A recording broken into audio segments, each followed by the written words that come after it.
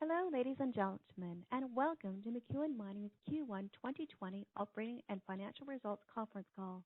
Present from the company today are Ron McEwen, Chairman and Chief Owner, Peter Ma, Chief Operating Officer, Mary Verley, Chief Financial Officer, and Sylvain Gourab, Senior Vice President of Exploration. After the speaker's presentation, there will be a question and answer session. If you would like to ask a question during this time, simply press star followed by the number 1 on your telephone keypad. If you would like to withdraw your question, press the pound key. I will now turn the call over to Mr. Ron McEwen, Chief Owner. Please go ahead. Thank you, Operator. Good morning, fellow share owners, ladies and gentlemen. It's been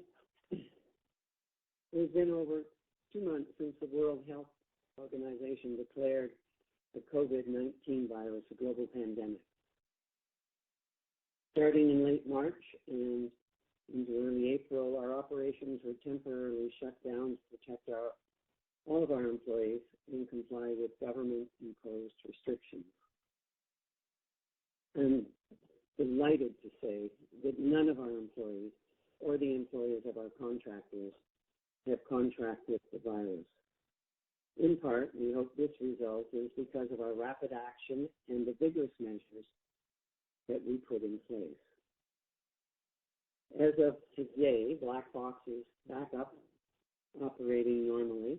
Gold Bar is starting to increase activities with a focus on preparing for production. Government restrictions have our San Jose mine operating at 50% capacity, and our El Gallo mine is limited to residual leaching. We think these government restrictions will be lifted in June. I'd like to turn to Gold Bar. Last year was a disaster. I had, and I'm sure you hoped, our problems would be far behind us, but this year we have experienced a significant hit. This quarter, we are reporting a very large non-cash write-down of our Gold Bar mine. This is a result of a revised geological model that reduced the size and structural interpretation of the deposit. This mine was to be a star asset for us, but so far it has been clearly one enormous screw-up. Many professionals, some who worked for us and others who were technical consultants, made decisions that compounded to bring us to where we are today.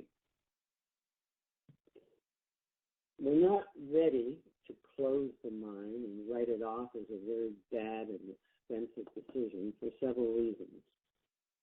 We believe there are opportunities to improve the operation, reducing costs, and also to find additional resources through exploration.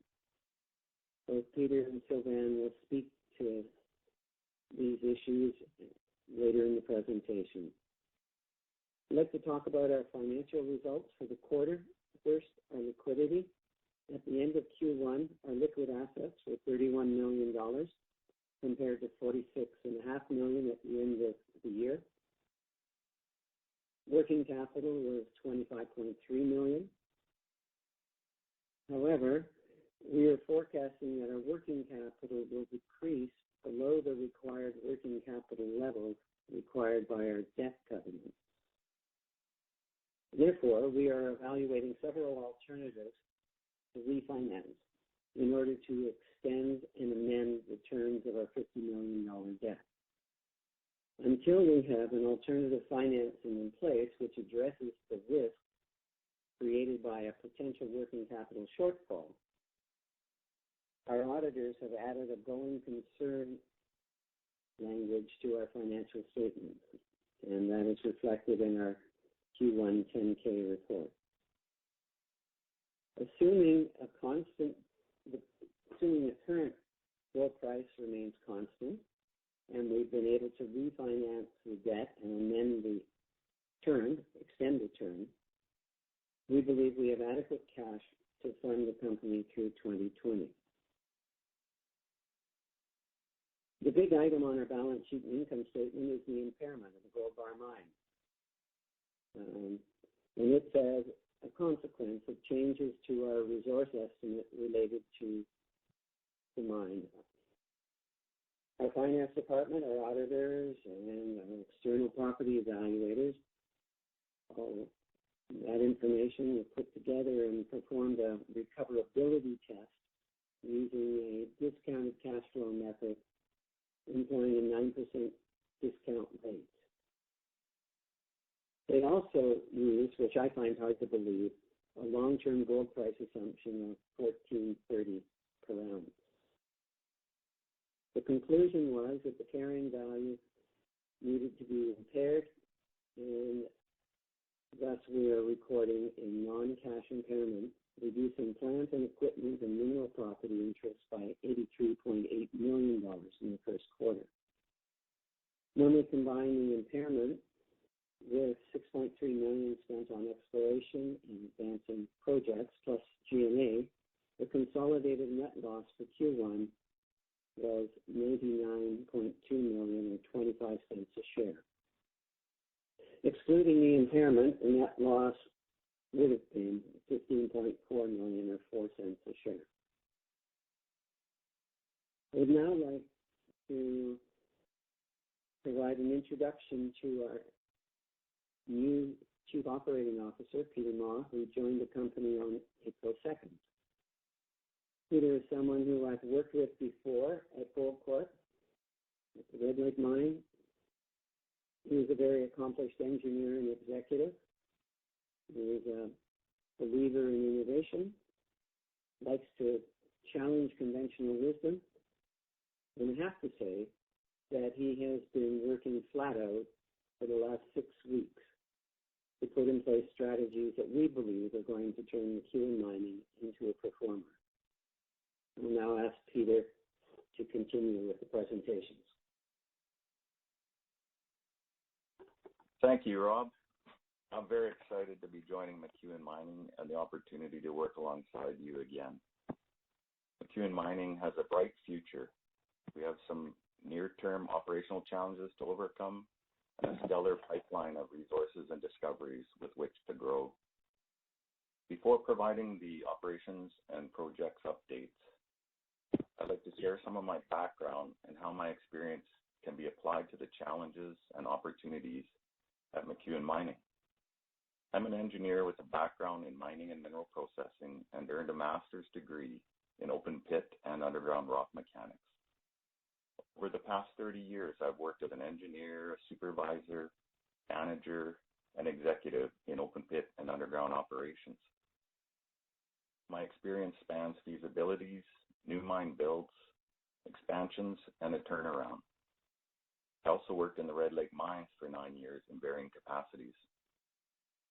My experience as mine general manager at the Victor Diamond Mine has taught me the importance of blending challenging clay-rich ores and material handling systems designs to optimize processing efficiencies and throughput. At the Musselwhite Mine, efficiencies in transverse open stoping and conveying will support the transition to production at our new Froome project. Speaking of Froome, the ramp development advanced in Q1 2020 and first ore is expected in Q4 2021.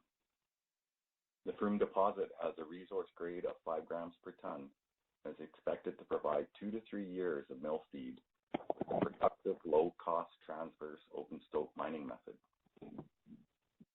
Continuing with the update on the growth of the Black Fox complex, the high-grade mineralization at Grey Fox Project, Black Fox Mine, and the Stock Mine represent high growth potential to utilize the excess capacity at the Stock Mill.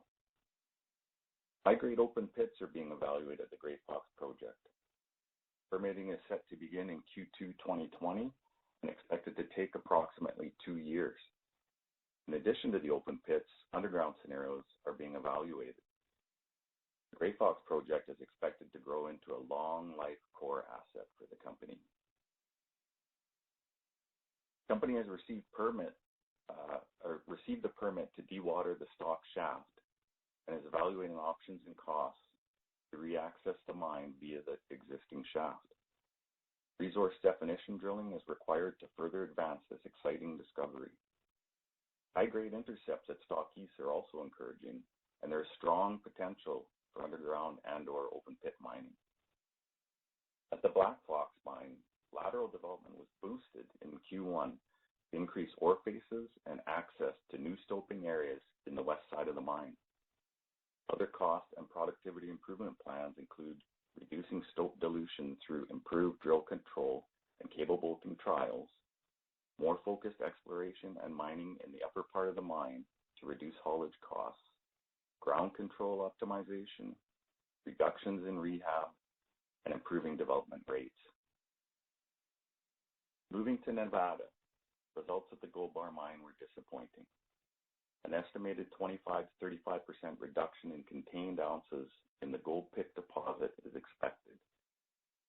Drilling, resource modeling updates, and determination of the best business case going forward is ongoing and expected to be completed in early Q3. Key drivers for rising costs and underperformance in 2019 is being analyzed for improved solutions. Some areas for improvement being examined are resource reserve definition drilling to improve mine planning delivery, improve stockpile management and blending, better unit mining costs and productivities with a dispatch system, assessment of run-of-mine heap leaching, improved grade, ore, and blast control practices. In April, the mine began a staged return to operations that included maintenance, site cleanup, some limited stripping for the next drill-ready ore in West Pit, and processing of stockpiled ore. Ore mining remains on hold as management adjusts plans for operations. Gold Bar South is in the permit stage and is expected to begin production in the second half of 2021. Ongoing metallurgical work indicates favorable metallurgical recoveries in excess of 70%, with the potential for run-of-mine heap leaching.